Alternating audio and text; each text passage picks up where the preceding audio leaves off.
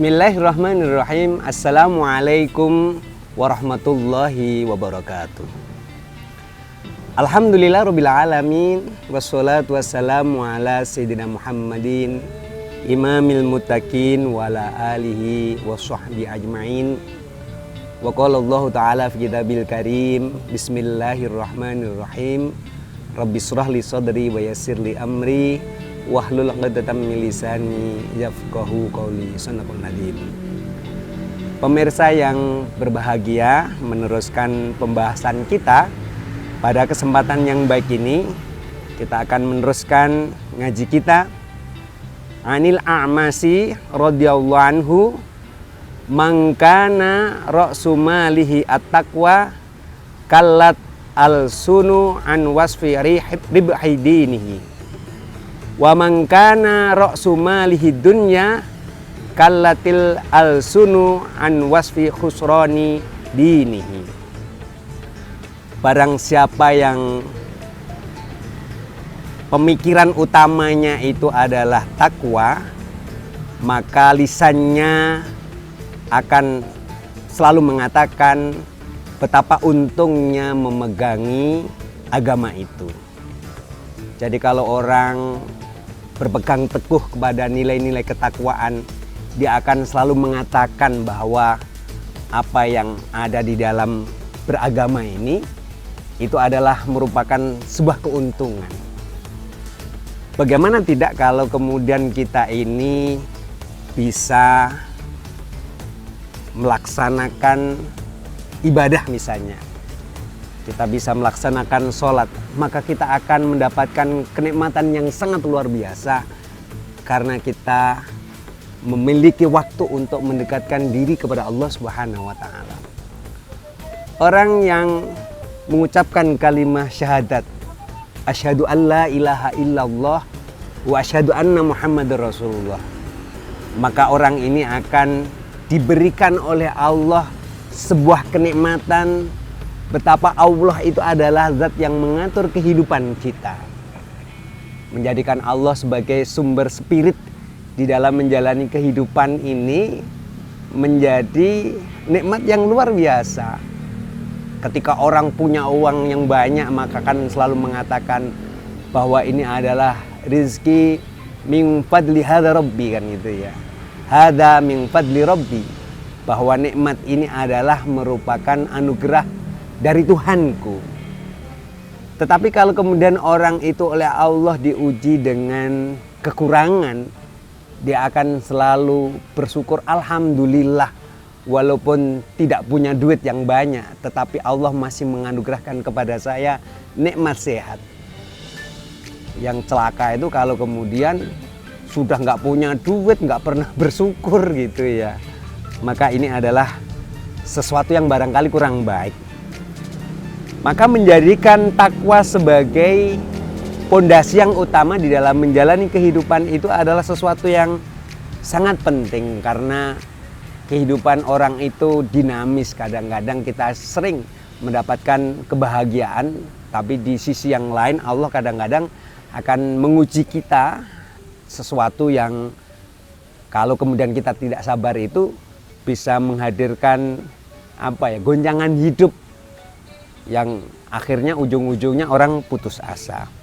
Maka menjadikan takwa sebagai pondasi akan menghantarkan kepada kita pentingnya beragama. Sebaliknya, wa mangkana ra'su malihi ad-dunya kallatil al-sunu an wasfi khusrani dinihi. Orang-orang yang menjadikan dunia ini sebagai pondasi di dalam menjalani kehidupan, dia akan mengatakan bahwa beragama itu menjadi sesuatu yang berat. Kenapa? Wong titik-titik nggak boleh, dikit-dikit nggak boleh gitu ya. Waktunya sholat kita nggak sholat, waktunya puasa kita nggak puasa misalnya. Waktunya zakat kita tidak membayar zakat.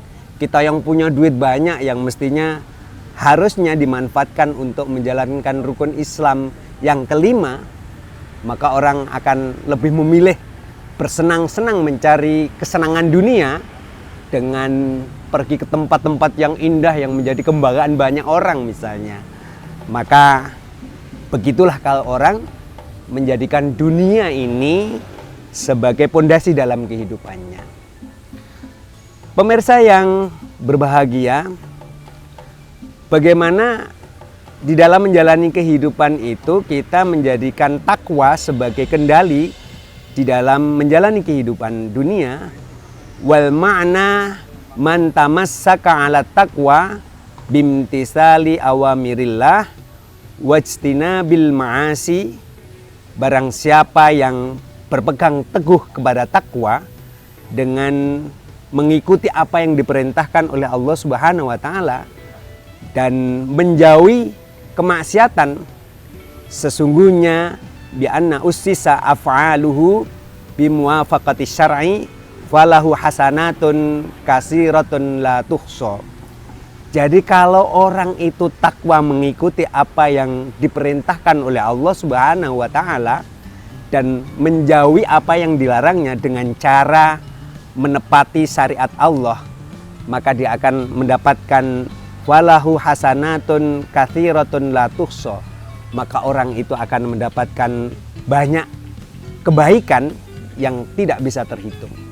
Contoh yang paling kecil misalnya, kalau kita ini mengikuti apa yang dianjurkan oleh Rasulullah Muhammad SAW, man kana yu'minu billahi wal yaumil akhiri fala yu'di jarahu.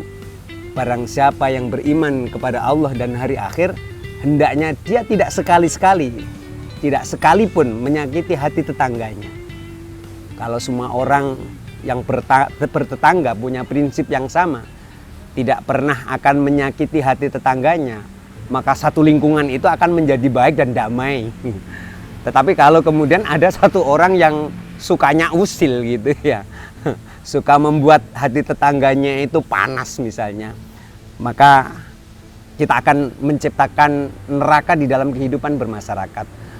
Maka menjadi sangat penting bagaimana kita ini menjaga harmonisasi dalam kehidupan bertetangga.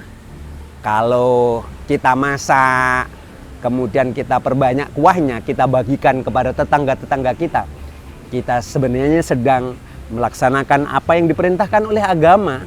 Dan bahkan ini adalah bagian dari menjalankan sunnah Rasulullah Muhammad SAW. Sebagaimana dijelaskan oleh Rasulullah, man ahya sunnati faqad habbani wa man ahabbani kana ma'i fil jannah. Barang siapa yang menghidupkan sunnah-sunnahku, maka orang itu betul-betul mencintaiku. Barang siapa yang mencintaiku, maka kelak orang itu akan bersamaku di surga, di surganya Allah Subhanahu wa taala. Maka menjadi sangat penting bagi kita semuanya, mari kita jadikan takwa sebagai pondasi di dalam menjalani kehidupan ini. Jangan jadikan dunia sebagai pondasi sehingga kita semakin jauh dari nilai-nilai substansi agama yang menyebabkan kita akan mendapatkan ujian kehidupan yang jauh lebih berat.